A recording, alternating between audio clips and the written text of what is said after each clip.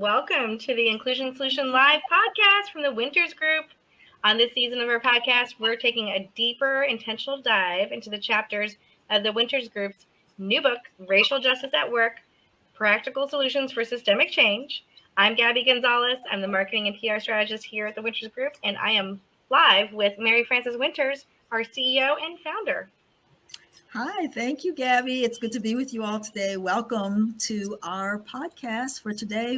This is a series, as Gabby said, where we are going deep on racial justice. And our guests today are going to help us to understand how to take some practical actions in the area of data and marketing and advertising. And they'll be sharing their why with us. So Thank you for that. And what we'll do, since these are also, they're not only our co-authors, they're our colleagues, we're going to check in like we normally do at our team meetings by starting off with checking in. Just how are we entering today? And let's see, how about Thamara? Could you introduce yourself and start us off? Sure. Hi, everyone. It's great seeing everyone. My name is Thamara Subramanian, Equity Audit and Strategy Manager with the Winters Group. Really excited to be here today to talk and also get to tag team with Megan Larson on her chapter as well. I am checking in pretty energized. I am going to go paint pottery in a few hours with my little from Big Brothers Big Sisters. So I love that type of stuff, and so does she. And so it's one of our favorite things to do. So very excited to do that after this. Love it. Who would you like to pass it to? I'll pass it to Megan. Thank you, Thamara. Hello, everyone. My name is Megan Larson. I am the Vice President of Marketing and Business Development with the Winters Group. I am checking in. Amazing.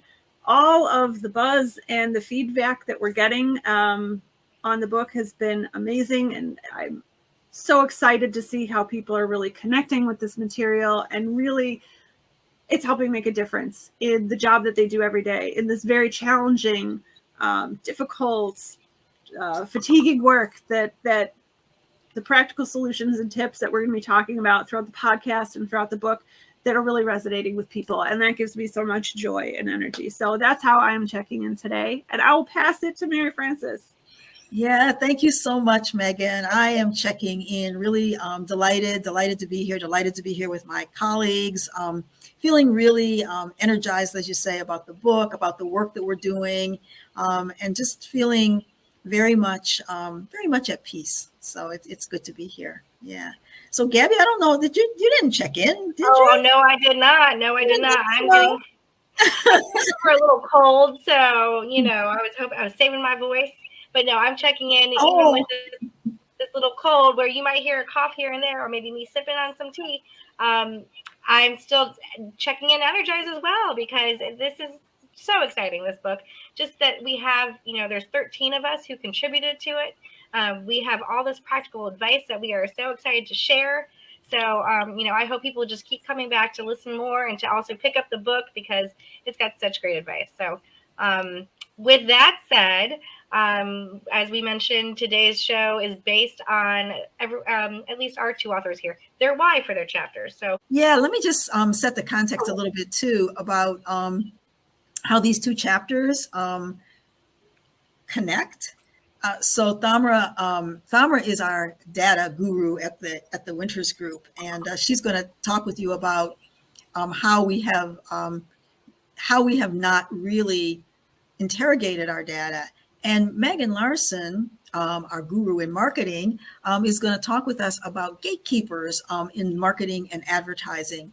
And so the connection that we saw, and the reason we put these two chapters together, is around this concept of gatekeepers, because Thamara is going to tell us that there are gatekeepers for data collection as well. Those who are in power, in control, and oftentimes deny the data, misinterpret the data, all of those kinds of things that happen because they're gatekeeping. So you might have said marketing and advertising and DEIJ data. How do those two, come together? But that's how we're seeing them come together. So Thamara, take it away. Sure. Thanks, Mary Frances. And you basically took my words from me. You said gatekeeping and how they're gatekeepers of the data. And I was like, that's exactly what I was going to say.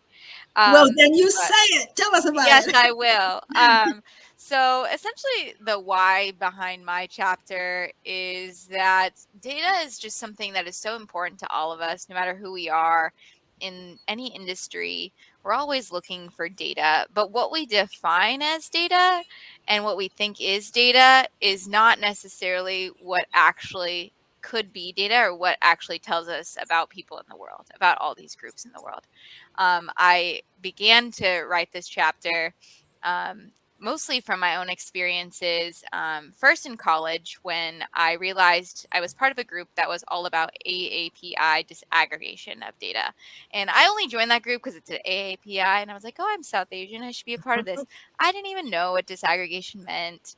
And then I really got into it. And the idea of the group was it was essentially getting the state of Massachusetts to disaggregate demographic data of the Asian American Pacific Islander group by different groups, because what we realized, and what I've always known from my lived experience, is it is full of many countries, and they all have their own cultures, ways of being, and ways that they have created and taken space in different industries. So there's a lot of assumptions made of this small group of 5 groups in your typical equal opportunity data, AAPI, but really so much is there that we were missing because we don't actually separate our data in a way that we can value these different cultures. So that was my first intro into data, numbers. There's something there that we're missing. And then working at the Winters Group, and Asian American AAPI means Asian American and Pacific Islander. And nowadays, and we talk about this in our book as well, we've been able to separate the data by Asian, Native Hawaiian, Pacific Islander, even South Asian, East Asian are sometimes different categories that we see as well. But the end of this kind of tell all behind this is that when I started my work at the Winters Group and we were doing cultural audits, we had a lot of data and we would share these numbers, these statistics with clients, but they would only take things that sounded good to them. And a lot of that's confirmation bias, which essentially means, and it's something that we all do, it's part of our psychology. You listen to things and you only like to take the part that you like. And a good example of this was the other day I was looking at horoscopes for the end of the year. I'm a Capricorn. And I saw the little thing and I was like, scroll, scroll, scroll.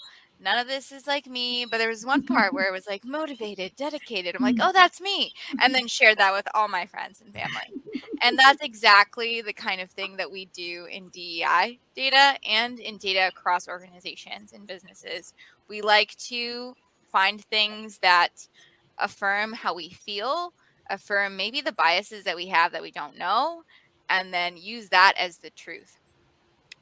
So this chapter goes through a 4-step process that we've adopted at the Winters Group that starts from really asking and aligning with the client of what is your why? Why do you even want this? Are you just getting numbers to get numbers? And are you doing this for confirmation or to actually do something new?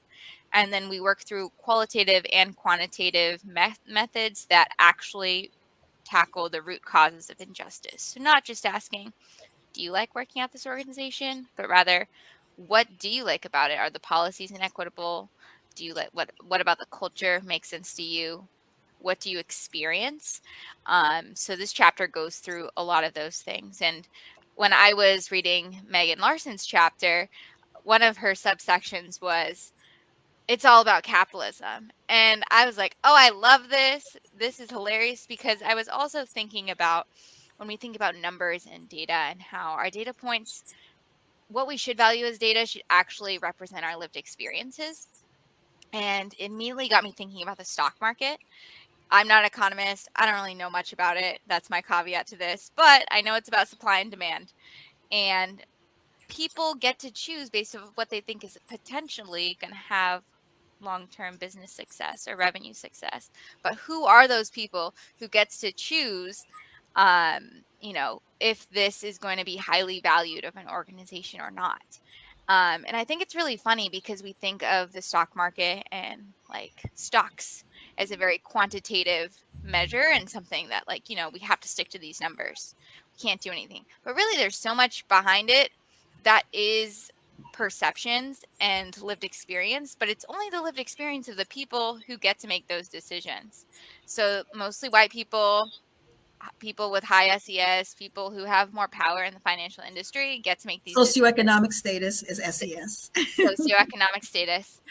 And I just found that really interesting and kind of ironic that we love to listen to the stock market. Oh, it's really high. And so then there was even a term that some people use called herd instinct, where if a lot of people are buying the stock, we're going to do it too. And I think it's a common term in the economic space, but it was pretty new to me when I learned it. And I was just like, so it really isn't, is it just who gets to decide that this is worthy or not? And yet when we look at data or even stories of people's workplace experiences, oftentimes they just get dismissed because, oh, look, this is a diverse organization. You are getting paid well, all of these different things. So I just found that really ironic and interesting and almost not hypocritical per se, but a little hypocritical in how our society views quantitative and qualitative data in different contexts, depending on who the gatekeeper is. So I thought that was really interesting. So one of the things that I think that you really brought to life here at the Winters Group was prioritizing and letting us know that the qualitative is just as important as the quantitative, because we tend to be a very numbers-driven society. If you can't count it, it doesn't count type of mentality. And I think, so if you could talk a little bit about some of the analyses, in terms of your why. I know that one of the things that stuck out for me with you coming here to the Winters Group was really lifting that up. The lived experiences, the voices, the things that can't be counted. And, you've said things like, well, if you only have 10 Indigenous people, in your organization, and you might say, well, we're not going to, we're not going to include that data because there are only 10 people. Right. So why don't you talk a little bit more about, you can say it better than I could. No, it's such a great point, and it's super important. Thanks for bringing that up, Mary Frances. I know you talked about it in your chapter too, about quantitative data and the problems there, but oftentimes when we rely only on quantitative data, and I think you talk about this a lot as well, a lot of these minority groups per se, or groups with less people at the organizations historically, don't even have enough numbers to reach statistical significance, to have a p-value that's important. And I think we rely so much on statistical significance, so much so that the academic industrial complex doesn't even value qualitative data or qualitative research studies as well. They can barely get research or funding for that. That we completely are missing groups of people's experiences, and aren't able to value it. So what we've done at the Winters Group is really created a robust thematic framework or analytical framework that's justice-centered for analyzing interviews and listening sessions with employees. So interviews with key stakeholders at the organization, listening sessions with employees of different affinity groups across the organization. And we're looking for actually how they say things and what their answers to things are. So do we see hints of perfectionism in how people are talking about what they want to achieve, or what are their successes or challenges at the organization? Do we see that we are valuing quantity over quality? Go big or go home, those types of things. And one of my favorites is always right to comfort. So looking at, are we trying to be nice? And many organizations we work with are in the Midwest or have people from the Midwest because we're everywhere, like myself. And Midwestern nice is, you're right, Gabby, Ohio. Megan's from Chicago. Midwestern nice is a form of dominant culture that's just rooted in trying to go along to get along, but go along to get along to a point where you aren't making changes that are equitable or just, or you may not be able to see or value cultural differences that aren't your own worldview. So those are the kind of things that we have been trying to see in our data that are more valuable, and what we've noticed with clients, more actionable. They're able to share the why and actually act upon the why instead of, oh, this is a p-value. It's significant. Okay, and what do we do about it? But this is like a, maybe we have a culture where our employees feel like they can't really speak up. How can we change that? And how does that change things like job satisfaction? We can ask anyone if they like their job or not, and you might get pretty good results on that, but you won't really be able to see the why behind it. And that's really what we've been trying to highlight and value as equal and almost as a supplement or accompaniment to numerical data, and even looking at gaps in what people are even collecting, which that's been my new thing. There's so many organizations that just don't collect a lot of this data or don't want to share it.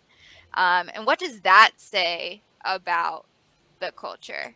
If you don't want to share it, is there something you're trying to hide? Are you embarrassed? Do you not feel like this is a systems change that you can do? So that's been really interesting lately as well. Love it. Thank you, Thamara. And then we'll segue over to Megan Larson in your chapter. What's your why?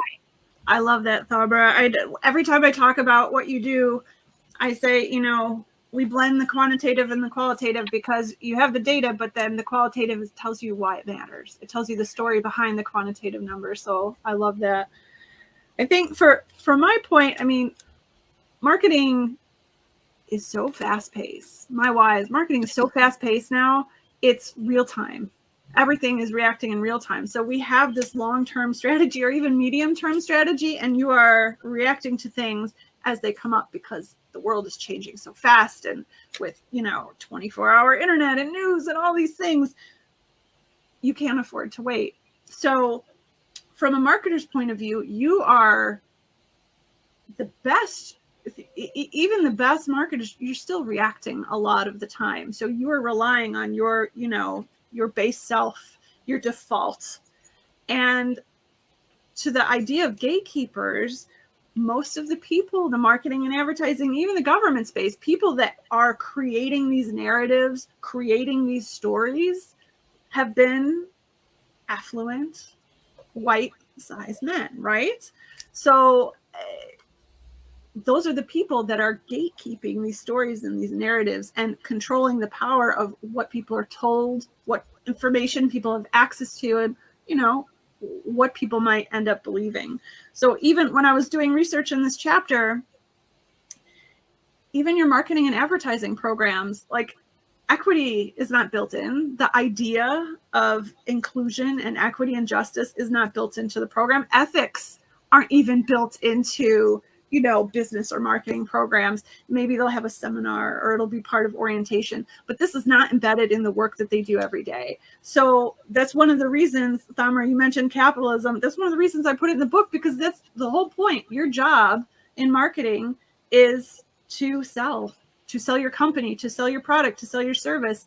And you are driven by that capitalist mentality. So it's really hard, even people with the best of intentions, to pause in this rapid response kind of environment and take a step back and really make sure that you are lifting up those marginalized voices. You are doing your best to reduce harm. You are taking the time to examine and interrogate the work that you're doing and making sure that you are being equitable, that you're being inclusive, and that you are not playing into those stereotypes and those dominant narratives that have been lifted up for so long.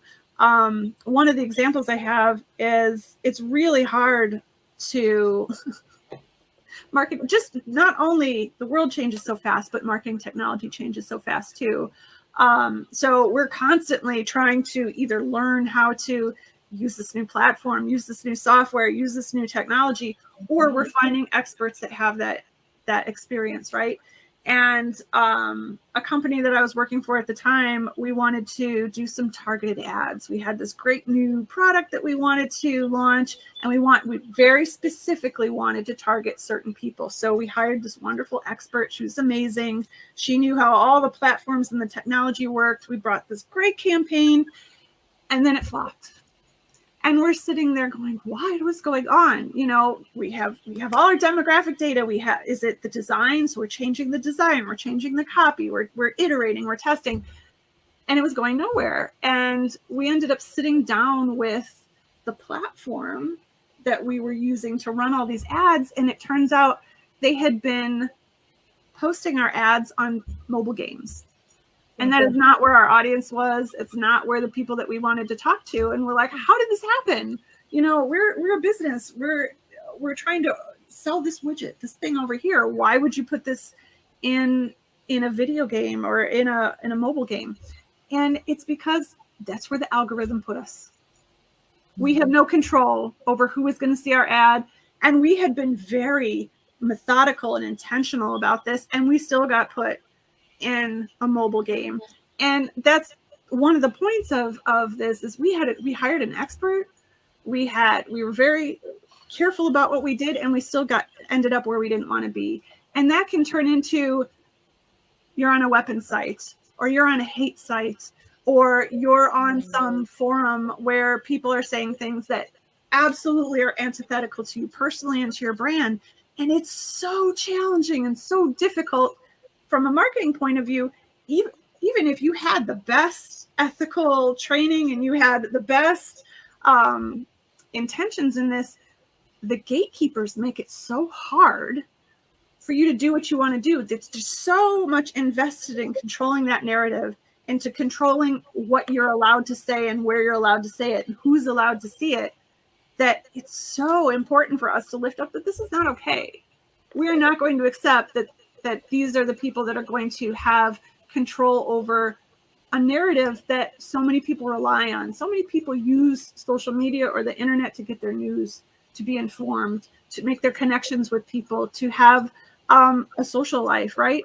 And when the people that are in charge of those platforms and those technologies are invested in maintaining a power, control, and a status quo, then we all lose. And it's really important for us to lift that up and be more mindful and intentional and call it out that it's not okay.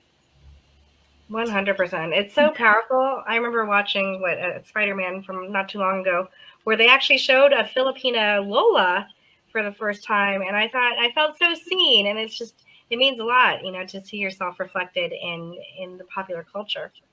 And in your story too, Megan, about the opportunity to really interrogate what happened in that situation, to find out that, and that goes back to what Thamara was saying about, you know, about the data, not just, you know, looking at, you know, what's the statistical significance, or, you know, what did we, you know, how many impressions did we have in your case or whatever, but where were they, right? And were they making the impact that we really wanted to make? And I think that's what justice is all about. Justice is about going deeper. It's really uncovering the why did we get this result, and really recognizing how algorithms can impact that. Recognize how gatekeepers who just don't want the data to be shared, can impact that. Recognize how people who are fearful of giving honest answers can impact that, and our biases that we already have, how we interpret the data. And so that's why we use the term interrogate the data. So that's been really enlightening.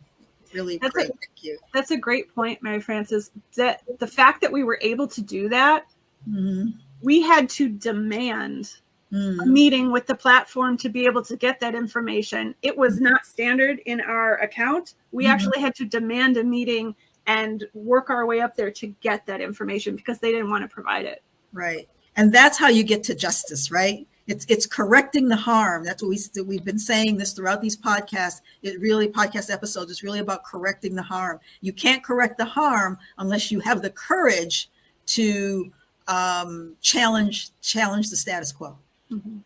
Absolutely. It is hard work. And to make the work a little less hard for our listeners, wondering if each of you could just share just a few quick takeaways.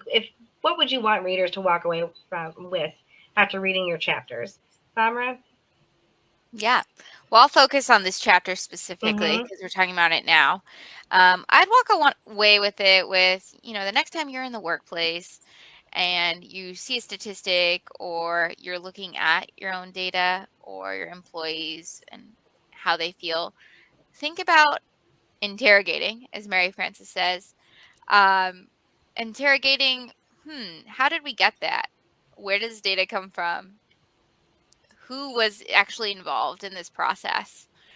And what's the context behind it? Like, we can look at as many numbers as we want and make our own assumptions, but we won't really actually get the truth to act upon it unless we actually get that qualitative, that context, the root causes of the situation. And also a little bit of a nudge to people to actually act upon data. I know a lot of Black and brown people in the workplace who are just tired of taking employee surveys and nothing happening, giving their input and nothing happening out of it. So even thinking about what are we going to do with this and how are we going to share our data? If you are in charge or have that type of influence at your organization, how can you share in a way that's transparent and real? Because at the end of the day, people want to see their reality be valued. And that's what we hope and intend for data to be. Love it. It's just like we just did our pulse survey and we got to see that data, and it's powerful to be able to see, the results and people taking action. So absolutely. Thank you for that example. Our internal pulse survey at the Winters Group, we just did that survey, is what Gabby's referring to. Right. We are living what we are teaching. And Megan, how about you? What are your takeaways for your chapter? I think one thing that I really want to encourage people to do is really allow yourself to pause and think critically. Who is, and I know Mary Frances has said this before, but who's benefiting from this information? How did you get it? What lens and what is the narrative that's being sold to you? Do not accept at face value the narrative that is being created, because we want to make sure that all voices are represented. Thank you. Mary Frances, anything? I think that this has been an amazing, amazing, amazing conversation. So as you know, these podcast episodes are about our book, Racial Justice at Work, Practical Solutions for Systemic Change. If you read the chapters on marketing and advertising and the chapter on data analysis, you will get some really concrete recommendations for how to collect and how to analyze data. You will get some concrete recommendations from Megan Larson on how to approach advertising in a justice-centered framework. So we do hope that you will get the book and read those chapters. And so until next time, I want to thank you. Thank you, listeners, for being here. Thank you to our guests for being here, Megan Larson and Thamara Subramanian, and also always thank you to my co-host, who I am really enjoying this journey with you. So until next time, we would ask you to continue to reimagine racial justice at work. Thank you very much. Thank you.